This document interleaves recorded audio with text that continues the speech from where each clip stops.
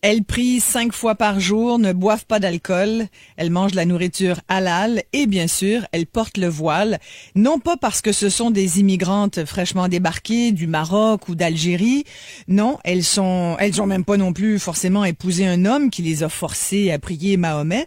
Ce sont en fait bel et bien des Québécoises de souche, comme on pourrait le dire, comme on pourrait les appeler, qui ont décidé de troquer la Bible pour le Coran et donc de se convertir à la religion de l'islam. Elles se posent toutes sortes de questions sur leur vie, sur leur religion d'origine. Il y en a beaucoup pour qui c'est une véritable quête religieuse. Il y en a aussi qui sont simplement, à force aussi d'entendre parler d'islam, ont trouvé qu'il y avait là une possibilité pour elles de plus s'épanouir. Moi, j'avoue, vous connaissez mon opinion, je l'ai écrit, je vous en ai parlé ici, j'avoue que je suis vraiment curieuse de savoir pourquoi une occidentale va adopter le voile ou surtout va adopter la religion islamique. C'est pas que le port du voile, le voile est un des éléments, mais bien sûr c'est pourquoi une femme saine d'esprit choisirait l'islam.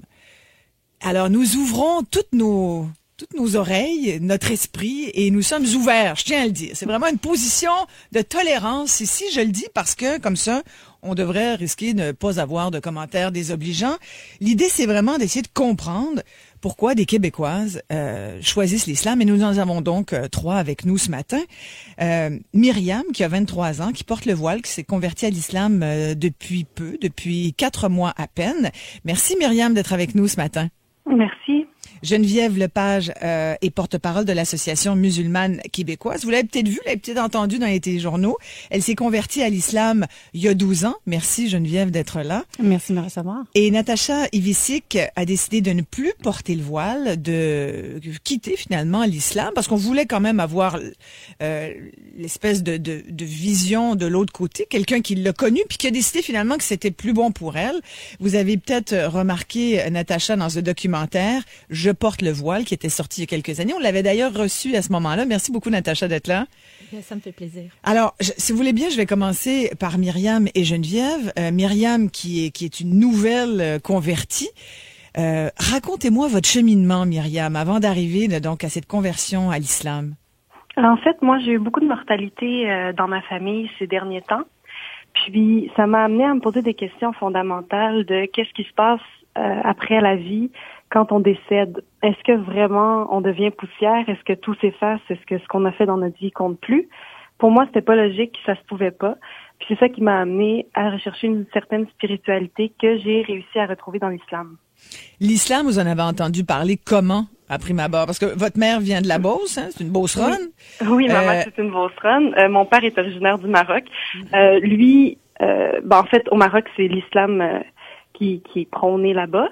Il y a les Juifs, il y a des chrétiens aussi, mais en majorité, c'est des musulmans. Mais votre père ne pratique pas du tout, là? Pas vraiment, non, c'est ça. Il est pas, c'est pas un intégriste du tout, là. Donc, il m'a jamais appris l'islam, il m'a jamais montré c'est quoi l'islam, il m'a jamais appris à prier, il m'a jamais appris quoi que ce soit. Donc, c'est pas de lui que ça vient du tout. Non? Et donc, à la table, en mangeant le soir, au souper, vous en parliez pas? Il y avait aucune... Non, c'est ça. Ma mère est chrétienne catholique de croyance, puis elle l'est restée. Puis c'est pas un sujet qu'on parle vraiment de la religion parce que, en fait, j'ai jamais vu ma mère prier ou quoi que ce soit. Je crois qu'elle le fait le soir avant de dormir, mais ça s'arrête là. Donc mes parents m'ont jamais donné aucune éducation religieuse. Étiez-vous athée ou vous étiez tout de même de religion catholique à cause de votre mère?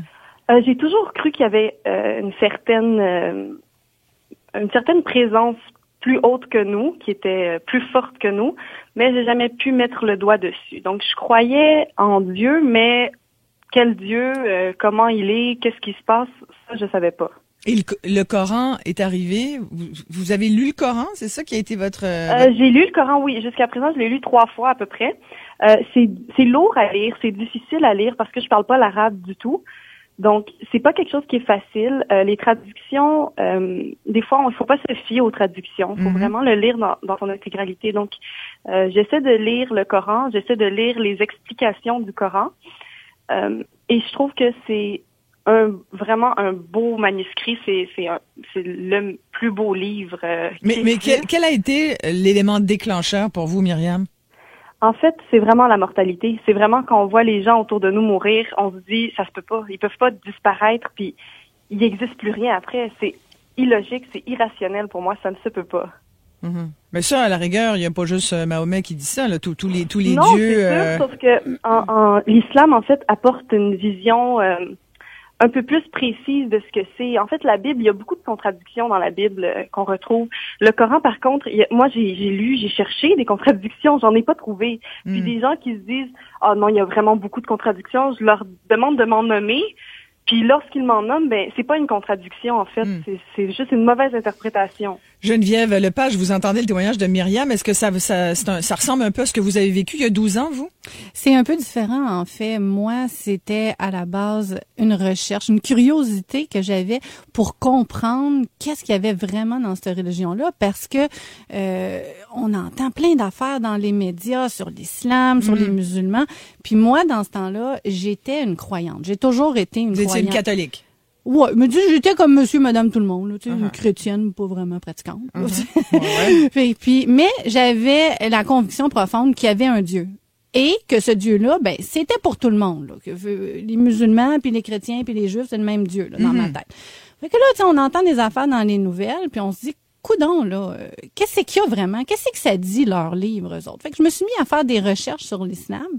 Puis là, finalement, en faisant mes recherches, je me suis rendu compte que ça correspondait, ce qui était dit dans le Coran, ça correspondait à ce que je croyais. Puis ça faisait du sens. C'était logique pour moi. Alors, à un moment donné... Donnez-moi un exemple. Ben, principalement, le tournant, c'était aussi par rapport à la Trinité, ok, qui est un dogme important dans la chrétienté. Et ça, mon esprit rationnel, là, il arrivait pas à le comprendre. Dieu, le Père, le Fils, le Saint-Esprit, c'est ça? Et tout ça incarné dans l'autre et tout ça, se tourner en rond, ça faisait pas de sens. Dans l'islam, il y a un Dieu unique pour tous. Jésus, c'est un prophète important qu'on respecte. Et ça dit que le dernier des prophètes, c'est Mohammed. J'aimerais juste clarifier ici, là, parce que normalement, nous, c'est pas Mahomet, là, notre prophète, c'est Mohammed. Et puis... Mais donc, c'est le même? C'est le même? Ben, en fait, c'est une francisation inadéquate de sa personne, là. C'est mieux d'utiliser Mohammed comme mot.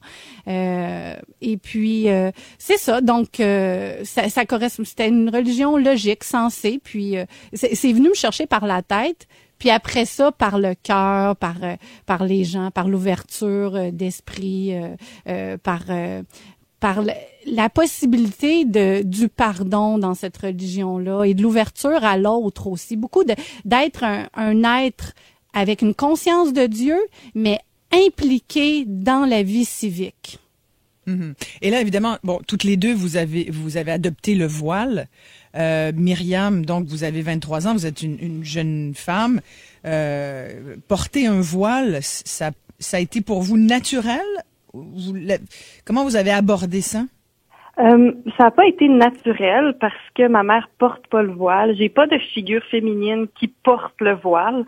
Donc, ça n'a pas été naturel. Je l'ai senti comme si ça faisait partie de moi-même. Dans le fond, avant, j'étais pas quelqu'un de très pudique, là. J'allais à la plage comme tout le monde, puis je me couvrais pas nécessairement. Puis, quand j'ai appris plus sur l'islam, puis que je me suis vraiment renseignée, j'ai trouvé que c'était une belle chose d'être pudique aux yeux du monde, mais de pouvoir s'offrir aux gens qui sont importants, c'est-à-dire son mari. Donc, pour moi, le voile est comme devenu une partie intégrante de ma personnalité.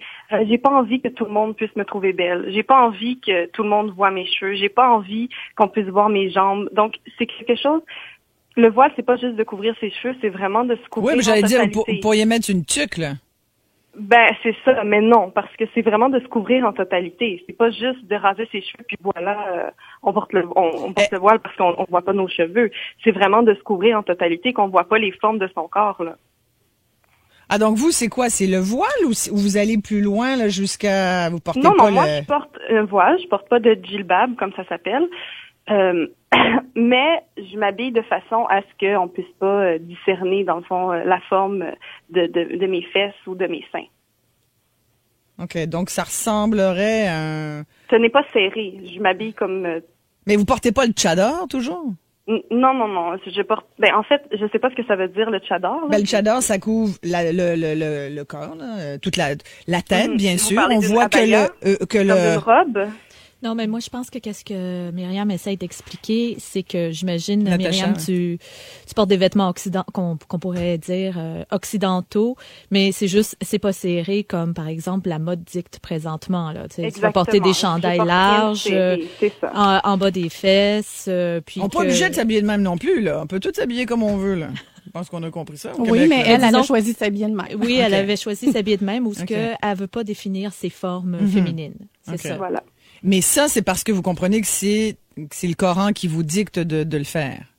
Ou Oui, c'est comme un plus, là. Coran. Ouais. Non. C'est textuellement écrit dans le Coran qu'il faut rabattre nos voiles sur nos poitrines et qu'il faut se cacher. Oui, ça, c'est clair et net, là. Ouais. Geneviève, vous êtes d'accord avec cette interprétation? Oui, parce qu'on entend toutes sortes d'affaires sur le voile, que c'est dans le Coran, c'est pas dans le Coran. Ouais. Moi, je vous avoue, je suis un peu mêlée là-dedans. Ben, je pense que d'abord. Étant donné que je l'ai jamais lu non plus, comme bien du monde.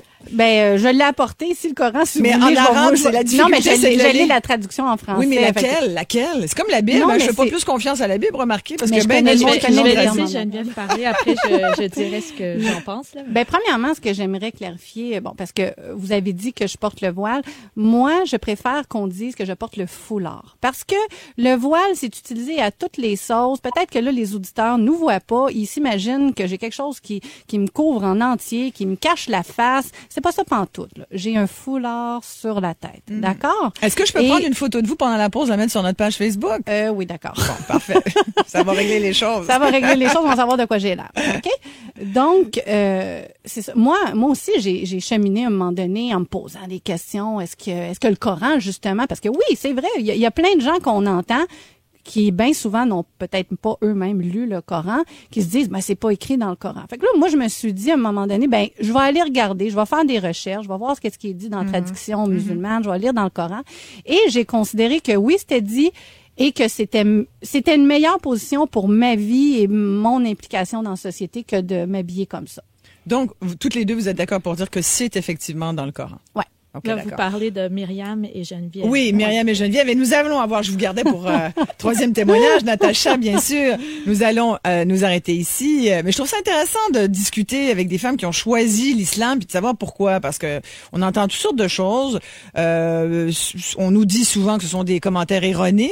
De quoi s'agit-il effectivement? Et pourquoi des femmes québécoises, occidentales, de souche, appelez-les comme vous voulez, mais qui viennent pas du Maghreb, qui ont pas de musulmans de leur famille a priori, pourquoi choisirait-elle, devrais-je dire, cette religion plutôt que le catholicisme ou plutôt que la laïcité ou plutôt que d'autres choses?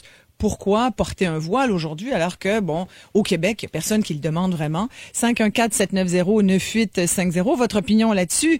Et bien sûr, on revient dans 2 minutes. Pourquoi des Québécoises de souche ont-elles choisi de porter le voile et de se convertir à l'islam? Est-ce que vous les comprenez? C'est la question que je vous pose dans cette deuxième heure d'émission. On a entendu Myriam et Geneviève qui se sont converties. Myriam, il y a quelques mois seulement. Geneviève, il y a 12 ans. Natacha Ivicic aussi a déjà porté le voile. Et parce qu'elle avait une fille, qui commençait à poser des questions. Elle voulait savoir ce que ça en était. Vous avez fait un documentaire là-dessus, Je porte le voile, qui a été, on a vu là-dedans votre cheminement par rapport au port du voile, signe ostentatoire dont on parle beaucoup au Québec et qui divise d'ailleurs les gens.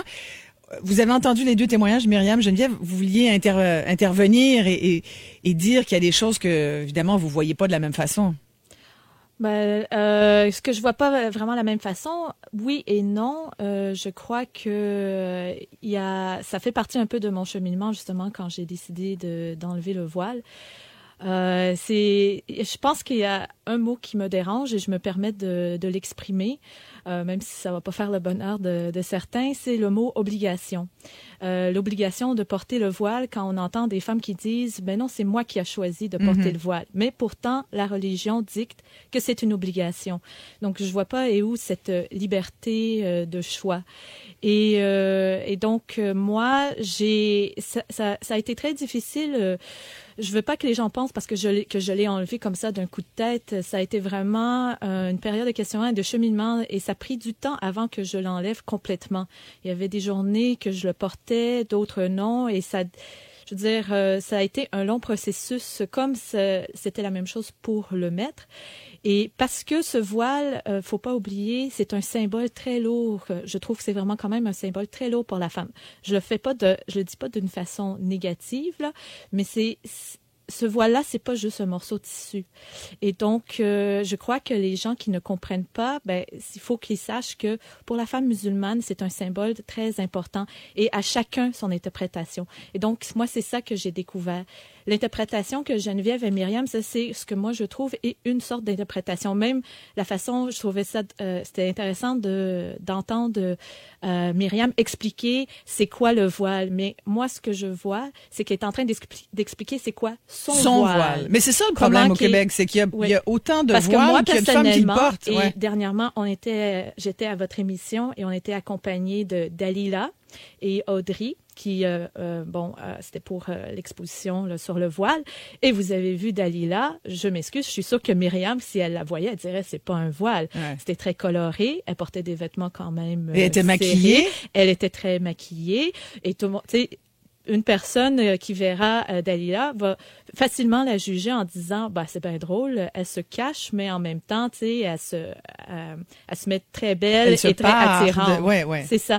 Et donc c'est ça qui est arrivé à ma décision d'enlever le voile. C'était pas parce que j'étais contre le voile ou que je dis aux femmes musulmanes enlevez le voile parce que moi j'ai compris que c'était pas une obligation.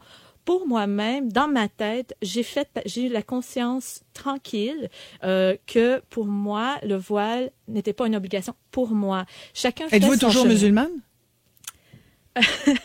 Ouais, ça c'est. Vous n'êtes pas la première ni la dernière qui va me poser cette question. Puis récemment, j'ai eu un vous la posez vous-même? Non. C'est juste parce que je veux pas le dire, tu vois. Est-ce que je suis musulmane? Je ne suis pas musulmane. Je ne peux pas dire que je suis musulmane parce que je ne suis pas née musulmane. Mais non, vous êtes née à Longueuil. C'est ça, je suis née à Longueuil. Mais en même temps, je me suis dit, est-ce que je peux m'approprier ce titre-là, d'être musulmane? Je ne prie pas. Est-ce que vous croyez? Je porte pas le voile. Est-ce que je crois? Je crois à l'histoire de Mohammed, mais je veux plus m'attacher à un dogme religieux. Donc, je crois aussi à l'histoire de Jésus, je crois à l'histoire de Moïse, je crois à toutes ces histoires que ma mère et par la suite l'islam m'a inculqué, cette histoire religieuse que pour l'instant, j'ai décidé de mettre de côté parce que j'avais d'autres choses à découvrir. On a reçu il y a quelques minutes une information qui est tout à fait en lien avec l'idée de cette émission. On parle bien sûr de femmes voilées au Québec et il y a le regroupement des centres de femmes du Québec qui vient d'émettre un communiqué où ils disent que parmi les 97 centres de femmes un peu partout à travers le Québec, ils commencent à se rendre compte qu'il y a de nombreux témoignages de femmes, en majorité musulmanes, qui disent avoir été insultées, bousculées, agressées alors qu'elles sont dans la rue ou dans l'espace public. Et je pense que c'est peut-être intéressant de parler avec leur porte-parole à ce regroupement. Valérie Letourneau est avec nous. Bonjour, Madame Letourneau. Bonjour. Si vous avez jugé bon de rendre ça public, c'est que ça commence à prendre une proportion importante. Là, on a eu 2-3 cas dans les nouvelles au cours des dernières semaines. Mais là, vous dites que à travers le Québec, presque dans la centaine de vos centres, les femmes vous le disent? Oui, c'est ça. Nous étions réunis la semaine dernière en comité de coordination. Notre comité est composé de représentantes de chaque région du Québec. Et donc, ce sont les représentantes régionales des centres de femmes. On a des centres dans toutes les régions.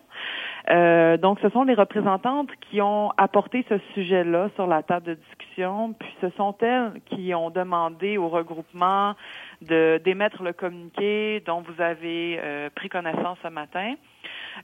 Parce que, oui, en effet, elle constate partout une augmentation de l'intolérance, de la violence et du racisme, particulièrement à l'endroit des femmes musulmanes qui portent le voile.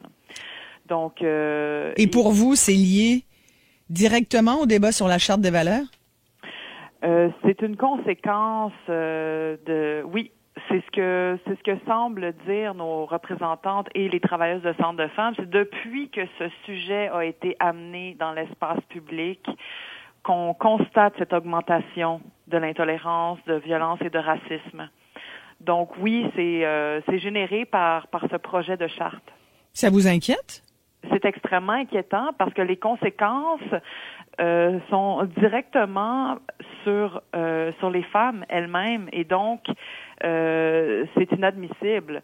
On veut parler de laïcité de l'État. On propose le cadre d'une charte pour ce faire. On met ça dans l'espace public. Maintenant, est-ce qu'on est capable de garantir aux femmes leur sécurité dans le cadre de ce débat-là? Il semble que non. Et à ça, les centres de femmes rétorquent et demandent que cesse toute forme de racisme et de violence à l'endroit des femmes. Et là, c'est important ce que vous dites, Madame Letourneau, puis en même temps, c'est très grave de dire il faut absolument qu'on puisse garantir une sécurité aux femmes musulmanes au Québec. Oui, c'est On grave. est d'accord, c'est scandalisant, là, je veux dire. Non, mais ça veut dire qu'il doit y avoir un nombre. Là, on parle plus de 2-3 personnes là, qui se sont fait un peu insulter dans un autobus par des morons. Là, on parle de combien de femmes là? Est-ce qu'il y a un vrai mouvement contre les musulmanes au Québec? J'ai la misère à croire ça. Hein? Je ne peux pas dire combien exactement de cas. Nous, on a eu vent de plusieurs dizaines d'incidents. De quelle nature étaient ces incidents? Ça varie. Il y a des propos haineux, racistes. Il y a du mépris, du dénigrement. Tout ça, ce sont des actions verbales, mais qui ont quand même leur lot de méfaits. Il y a eu également des gestes physiques qui ont été portés, et ce n'est pas, non, un mouvement organisé que je sache, mais bien plutôt une tendance de fond qui semble exister partout en province. Parce que vous parlez de débordement. Oui, les travailleuses, je parle des travailleuses de centres de femmes. Les travailleuses dans les centres de femmes accueillent toutes les femmes, peu importe qui elles sont et d'où elles viennent. Et pour l'instant, ce qu'elles nous disent, c'est qu'elles doivent jongler avec cette augmentation de l'intolérance, soit d'un bord ou de l'autre, et c'est extrêmement difficile à gérer, ça. Mm-hmm. Donc, comment vous le gérez, justement? Qu'est-ce que vous faites ou qu'est-ce qu'il faudrait faire, là? Le communiqué, vous voulez qu'il en découle quoi, exactement? En fait, la volonté de notre comité de coordination, c'est de lancer un appel à la population en général, au gouvernement et aux médias pour que on fasse preuve de respect dans le cadre de ces débats-là. On pense que ce sont des débats de société extrêmement importants et on ne veut pas les mettre sous le tapis, loin de là. Ce qu'on veut, c'est que ça se fasse dans le respect mutuel, dans le respect de l'intégrité de toute personne et point final. Donc, c'est un appel à faire preuve de civisme dans cette discussion. Un appel au calme, en quelque sorte. Un appel au calme, oui. Donc, qu'on se respecte mutuellement dans tout ça, qu'on continue au débat, soit, mais qu'on préserve la sécurité des femmes. Êtes-vous catholique, vous, Madame Letourneau? Êtes-vous musulmane? Je suis née dans une famille catholique. J'ai été baptisée comme plusieurs d'entre nous. Je ne pratique pas par ailleurs. Donc, je suis sûrement comptabilisée dans les statistiques, là, mais... Mais vous n'êtes pas de confession musulmane? Non. Okay. Non, c'est juste pour savoir si c'était d'où ça vient, là, d'où ça sort. Ça vient. Non, mais d'où ça vient, ça ne vient pas de moi. Comme je vous disais, ce sont nos représentantes régionales réunies en comité de coordination la semaine dernière qui ont fait la demande et qui ont résolu à l'unanimité pour qu'on produise le communiqué que vous avez obtenu. Parce que, visiblement, il y a de plus en plus de cas comme ça où on voit des gestes déplacés de la part des gens. Écoute, il n'y a pas longtemps... Merci beaucoup, Madame Letourneau, de nous avoir parlé quelques minutes. Merci. Valérie Letourneau est porte-parole du regroupement des centres de femmes du Québec. C'est assez... Il faut quand même le dire, là. Je parlais de tolérance tout à l'heure, puis moi, c'est le but de cette émission, c'est de poser des questions puis d'essayer d'avoir des réponses. Après, on revient chez soi puis on peut bien penser ce qu'on veut. De là à haranguer des femmes voilées dans les autobus, sincèrement... on va se garder une petite gêne, puis on comprend que personne... Mais moi, je me demande si c'est pas une plaie qui n'a pas été cicatrisée depuis la commission Bouchard-Taylor. Non, mais des taouins, des épais, puis des morons, il y en a partout. On a vu quand il y avait, quand on donnait la parole aux citoyens, OK, c'est sûr qu'il faut pas généraliser, là, mais on en a entendu toutes sortes de propos. Tu sais, l'ignorance, ça existe encore. Mais moi, je veux savoir, c'est 5 femmes, c'est 10 femmes ou c'est 100 femmes, là? Mais ça n'a pas d'importance, ça. Qu'il y en ait une ou qu'il y en a deux, qu'il y en ait seulement une au Québec qui se fait invectivé, qui se fait bafouer ses droits fondamentaux, que sa dignité, son intégrité est mise en jeu, c'est problématique. Mais parce regardez, que tantôt, vous avez dit... Au même titre, Geneviève, je pourrais vous dire aussi que des filles qui se font siffler sur la rue, qui se font traiter de putes parce que... C'est pas plus correct. Je veux dire, on va faire des communiqués toutes les maudites journées parce que il y a des femmes qui se font dire ci, ça, puis qui se font haranguer pour toutes sortes de raisons. Il y en a, là. Oui, mais dans le débat où est-ce qu'on est, là, c'est pas le foulard qui divise, comme vous avez dit tantôt. C'est les modèles qui manquent. On a besoin que nos politiciens, que les gens dans les médias soient des modèles d'ouverture, de respect de la différence et qui aient un discours d'intégration. Et attention, pas d'assimilation, d'intégration. Que Natacha apporte pas son foulard, je respecte son cheminement, que vous soyez athée, que je respecte votre cheminement, que vous respectiez mon cheminement, puis qu'ensemble, on soit toutes des citoyennes impliquées, puis qu'on partage notre but commun d'essor du Québec. C'est ça qui est important. Et ça, je pense qu'il y a beaucoup de gens qui vont se rallier à cette idée. Myriam, j'aimerais vous entendre là-dessus, parce que vous êtes une jeune, vous avez 23 ans, vous êtes née à Montréal, je rappelle, donc vous étudiez à l'ETS, vous voulez être ingénieure. Oui. Alors, vous êtes un beau modèle de jeune femme qui étudie, qui est dans d'ailleurs un secteur non traditionnellement féminin, qui commence à l'être de plus en plus. Je sais pas, il y a beaucoup de femmes avec vous à l'ETS? Il y en a de plus en plus maintenant. Non, il y en a pas tant que ça? Non, il y en a pas tant que ça, non. Bon, alors le fait de porter le voile là-bas, parmi la gang de gars, vous ressortez encore plus, hein? Est-ce qu'effectivement vous avez été vous-même pointé du doigt, harangué? Est-ce que vous pouvez comprendre ce que nous a dit Valérie Letourneau, qu'il y a des femmes qui se fassent insulter parce qu'elles portent le voile? L'avez-vous vécu vous-même?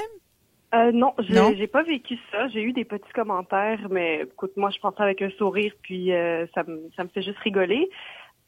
J'ai pas été victime de quoi que ce soit. Mais non, moi je trouve ça. Mais mon recherchiste me disait que vous disiez hier qu'il y a des amis qui ont arrêté de vous parler parce que c'est vrai. Racontez-nous. En fait, je vais répondre à votre question. C'est que moi, de savoir qu'il y a des gens qui s'en prennent à des femmes voilées, je trouve ça.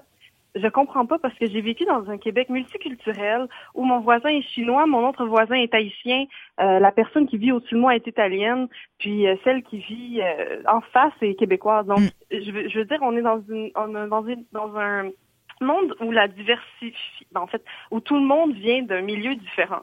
Donc, de savoir que mon voile gêne à ce point-là que je dois me faire agresser, moi, je trouve ça aberrant, puis je comprends pas, puis je crois que même quelqu'un qui n'a pas la croyance musulmane, je veux dire, peut être capable de respecter quelqu'un qui a cette croyance-là, comme je respecte toutes les croyances. Nous allons nous arrêter ici parce que je me laisse aller. Là, je suis en train d'oublier qu'il faut que j'aille en pause. Je trouve ça bien intéressant, moi, cette discussion. Que voulez-vous? On revient dans 2 minutes. 514-790-9850. Est-ce que vous comprenez que de Québécoises de souche ont choisi, des occidentales, je sais pas comment le dire autrement, mais des femmes qui ne sont pas à la base nées dans une famille de religion musulmane, est-ce que vous comprenez que des Québécoises donc choisissent de porter le voile et de se convertir à cette religion? Et là, il y a beaucoup d'hommes qui nous appellent pour nous raconter là, qu'ils se sont convertis à l'islam, vous me permettrez de ne prendre que des femmes ou alors de vous ouvrir, bien sûr, si vous répondez à la question, moi, j'ai pas de problème, mais je veux pas entendre vos histoires de conversion personnelle parce que là, on n'a pas fini. Là. On va faire une autre émission d'1 heure là-dessus. Moi, ce qui m'intéresse, étant donné que le débat est beaucoup sur le port du voile, sur ce signe considéré ostentatoire par le gouvernement, qui est au centre, donc, de cette division de la Charte des valeurs, est-ce que vous comprenez ça? Est-ce que vous trouvez qu'on a raison d'être divisé là-dessus ou non? Et justement, je parle à Myriam et Geneviève. Myriam, qui donc veut être ingénieure, qui disait que elle aurait éventuellement aimé travailler pour le gouvernement du Québec, mais là, vous dites, avec mon voile, c'est sûr que je pourrais pas si on met de l'avant cette charte des valeurs. En effet, en fait, la charte vient de m'enlever un choix potentiel d'employeur. J'ai fait un de mes stages. En fait, mon 2e stage, je l'ai fait au ministère des Transports de Saint-Jérôme. Puis c'est là-bas, en fait, que j'ai commencé à porter le voile. Donc, eux ont vu mon cheminement. Ils n'ont pas tout compris. Les premières remarques que j'ai eues, c'est « Coudon, t'as-tu les cheveux sales aujourd'hui? Qu'est-ce qui se passe? » Je me permets de pas répondre à ce genre de commentaires. Donc, c'est drôle, mais oui, c'est ça. Je veux être ingénieure. Il me reste en fait 1 an d'études. Puis, En fait, moi, si la charte est adoptée, je trouverai simplement un employeur à qui ça va pas déranger, c'est tout.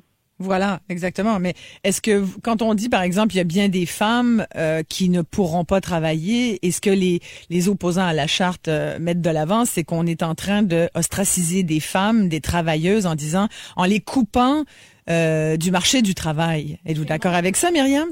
En fait, oui, parce que il faut, en fait, ne pas avoir vraiment de croyance pour croire que quelqu'un va renoncer à sa croyance pour aller travailler. Donc, c'est un peu comme... Oui? Ah. Bon, on a perdu avant de revenir, Myriam. Geneviève, vous pouvez peut-être enchaîner? Oui, en fait, c'est mon cas par rapport au marché du travail. Attendez, on va allumer le micro, merci. Parce que c'est mon cas, parce que j'enseigne à l'université. Alors, indiquez-moi où est-ce que je vais pouvoir aller travailler là avec mon doctorat là. Il y en a pas là d'employeurs qui donnent des cours à l'universitaire dans le privé là. Faut être réaliste là. Et puis c'est important de se rappeler aussi que quand justement le discours prédominant dit que on doit respecter les autres et tout ça, on doit être impartial, on doit avoir de réserve. Bon, moi je m'implique dans la coalition québécois musulmans pour les droits et libertés. Les gens peuvent aller voir la déclaration qu'on a publiée la semaine dernière au www.qmdl.org. Et dans ça, on dit justement, on croit au devoir de réserve, mais que le port du voile n'est pas en contradiction avec ça. Moi, je fais un travail compétent, je traite tout le monde également, et je suis pas là à faire l'apologie de ma religion en classe. Moi, quand j'enseigne les statistiques, j'enseigne les stats, point à la ligne. Moi j'aimerais ajouter... Oui, allez-y, Natacha. Moi, j'aimerais ajouter, justement, je suis sûre qu'il y a des gens qui sont en train de dire, voyons, elle a juste à l'enlever, c'est quoi la fin du monde d'enlever le voile, ce morceau de tissu? Et si les gens ne comprennent pas l'acharnement des femmes qui portent le voile, qui veulent porter le voile au travail, c'est justement parce qu'ils ne comprennent pas, et comme moi je l'ai vécu, c'est que le voile, ça fait partie d'eux, tu vois, c'est un mode de vie. L'islam n'est pas juste une religion, c'est un mode de vie qu'on adopte à tous les jours, tous les gestes qu'on fait, tout est en lien avec cette religion. C'est pas juste que on peut rentrer chez nous, puis là on pratique notre religion, mais quand on sort, on fait autre chose. Et ça, je pense qu'on commence à le comprendre que c'est comme ça. Mais tout à l'heure, Geneviève parlait d'intégration. C'est difficile pour une femme de juste dire, elle est prête à sacrifier un emploi pour qu'elle peut garder son voile, parce que pour elle, son voile, c'est moi, ça fait partie. Ça fait partie d'elle. Tu sais, faut pas croire que on peut facilement l'enlever là. Tu sais, comme moi, par exemple, ça m'a pris plusieurs mois avant que vraiment complètement je l'enlève et que je ne porte pas le voile pendant 20... Ouais, c'est ça. Vous vous en souvenez d'ailleurs de ce moment quand vous l'avez enlevé? Il fallait que j'aille à Ottawa, loin de Montréal, quand la première fois je l'ai enlevé pour m'assurer qu'il y a personne qui me connaît. Pourquoi? Je sais pas, en même temps, il y avait un sentiment de culpabilité, un sentiment, je dirais même, pas pour dire honte, mais plutôt culpabilité, parce que c'est comme, à l'intérieur de moi, j'avais besoin de le faire parce que je me sentais plus à l'aise avec le voile. Et je me souviens, il y avait une femme musulmane qui porte le voile, qui m'a dit, Natacha, si le voile ne t'apporte pas la paix, ne le porte pas. Et c'est un peu avec cette phrase que je me suis dit, c'est vrai, c'est devenu un symbole un peu trop... parce que le voile, c'est une responsabilité pour une musulmane, ok? Moi, je le vois. Vous trouvez pas, puis là, je vous parle à toutes les trois, vous trouvez pas que c'est plate, ça soit juste les femmes dans la religion musulmane qui aient cette responsabilité? Les gars, là, ils ont quoi comme responsabilité? Ouais, là, on embarque dans un autre débat. Mais c'est pour ça qu'on est rendu à un débat égalité homme-femme et tout, mais ce qui complique beaucoup la compréhension du public parce que ça devient un débat femme. Vous avez raison. Mais là, justement, on est dans un débat où est-ce qu'on désire une société laïque et un État laïque. Égalitaire. Oui, mais égalitaire. Oui, mais là, vous êtes en train de me demander l'interprétation dans ma religion. Pourquoi elle, c'est ça, pourquoi l'autre, c'est autre chose. Un État laïque ne fait pas de jugement théologique, point à la ligne. Il va pas essayer de comprendre pourquoi une, c'est ça, pourquoi l'autre. Non, il ne discrimine personne. C'est ça un vrai État laïque. Mm-hmm. Mais en considérant que la religion n'est pas un facteur non plus. Donc, si on a une religion, on la laisse à l'entrée. Ça serait pas cohérent. Moi, le voile est important pour moi. C'est un mode. Je serais incohérente de dire, en 9 et 5, je le porte pas. C'est totalement incohérent. Puis c'est pas cohérent d'un État laïque. Je tiens vraiment à nous excuser pour ce malheureux incident. Ça va un petit blanc. C'est passager. Je reviens donc à notre sujet, les Québécois de souche qui se convertissent à l'islam et qui portent le voile. Avec moi, Geneviève Lepage, entre autres, qui est porte-parole de l'Association musulmane québécoise. Vous dites dans votre déclaration citoyenne pour la préservation des droits et libertés que vous êtes d'accord avec le principe de neutralité de l'État. Oui. On en revient au port du voile dans la fonction publique, qui est donc qui serait enchâssé dans une éventuelle charte des valeurs qui serait votée, telle que présentée donc dernièrement et qui fait beaucoup jaser. Est-ce que j'espère que oui. Écoutez, sincèrement, désolé pour ce qui vient de se passer, hors de notre contrôle, vous comprendrez bien. Je vous disais que c'était pas un complot du tout. On est bien ouvert à toutes les discussions. Faut-il que le micro fonctionne? Alors, je vous présente mes invités. Myriam et Geneviève se sont converties, ce sont des Québécoises de souche qui ont adopté l'islam, qui portent le voile. Natacha Ivisic l'a porté, ne le porte plus. On a eu le temps là, de discuter. La déclaration citoyenne pour la préservation des droits et libertés, c'est ce que vous m'avez donné pendant la pause, c'est de votre association. Et là-dedans, ça dit clairement que vous confirmez l'importance de la neutralité de l'État, Geneviève Lepage. Où est-ce que vous voyez le voile là-dedans? Parce que tout ce débat sur la charte des valeurs, la position des pro-charte, c'est de dire justement le voile n'a pas d'affaires dans la fonction publique. Et vous dites, c'est moi qui ai plus d'affaires là si on me force à enlever mon voile. Oui, mais il faut se rappeler justement que nos idéaux démocratiques incluent aussi un respect des droits civiques qui nous sont garantis par la Charte québécoise des droits et libertés. Et notre position à nous, c'est que je peux très bien faire un travail compétent, impartial, égalitaire, qui peut être vérifié si quelqu'un se sent lésé d'une façon objective, tout en portant le foulard qui fait partie de mon identité et qui est un droit garanti par les chartes. Mm-hmm. Myriam est-elle là? Oui. Oui, non, c'est ça. Je suis tout à fait d'accord avec ce que Mme Geneviève dit, parce que pour moi, la laïcité de l'État, ce n'est pas d'empêcher les gens de pratiquer leurs convictions religieuses. C'est vraiment Mais vous comprenez que, en théorie, là, au travail, toute personne qui travaille, on a 2 pauses, une pause pour le lunch, mais ça, c'est un autre élément que bien des gens qui sont pas musulmans mènent de l'avant, c'est qu'ils disent en plus, moi 5 pauses pour aller prier, pourquoi eux, pourquoi pas moi? Il y a une question d'injustice aussi. Normalement, la pratique de la religion, ça doit pas se faire au travail. Il y a ça aussi. Je comprends, mais je veux dire que la prière et le voile, c'est pas parce que je vais pas porter mon voile au travail que je vais arrêter de prier. Vous comprenez ce que je veux dire? Puis on fait pas 5 prières au travail, là. Non, c'est pas de même ça se passe. Mais il y en a le matin, puis il y en a le soir, mais il y en a le matin, c'est avant, c'est ça. Vous priez quand? Parce que vous priez, hein? Vous priez toutes les deux, Geneviève et Myriam? Oui. Vous priez à quel moment? À l'école, moi, je me trouve dans ma pause, quand je peux, je prie mes prières. Sinon, c'est à la maison. Moi, je crois que la majorité des musulmans qu'on dit, entre guillemets, pratiquants, vont s'adapter à, je veux dire, à la société d'aujourd'hui, dans le sens qu'ils vont pas nécessairement... Je pense que c'est juste un tout petit groupe qui réclame à ce que intégralement ils pratiquent leur religion et ce qui demande aux employeurs de leur permettre de faire 5 fois leur pause. Je crois que c'est juste un petit groupe, faut pas exagérer. Je crois... Donc, c'est une discussion marginale que nous avons. Personnellement, moi, je crois que oui. Merci beaucoup à toutes les trois. Merci aux auditeurs. On se retrouve demain. Bye tout le monde. Merci.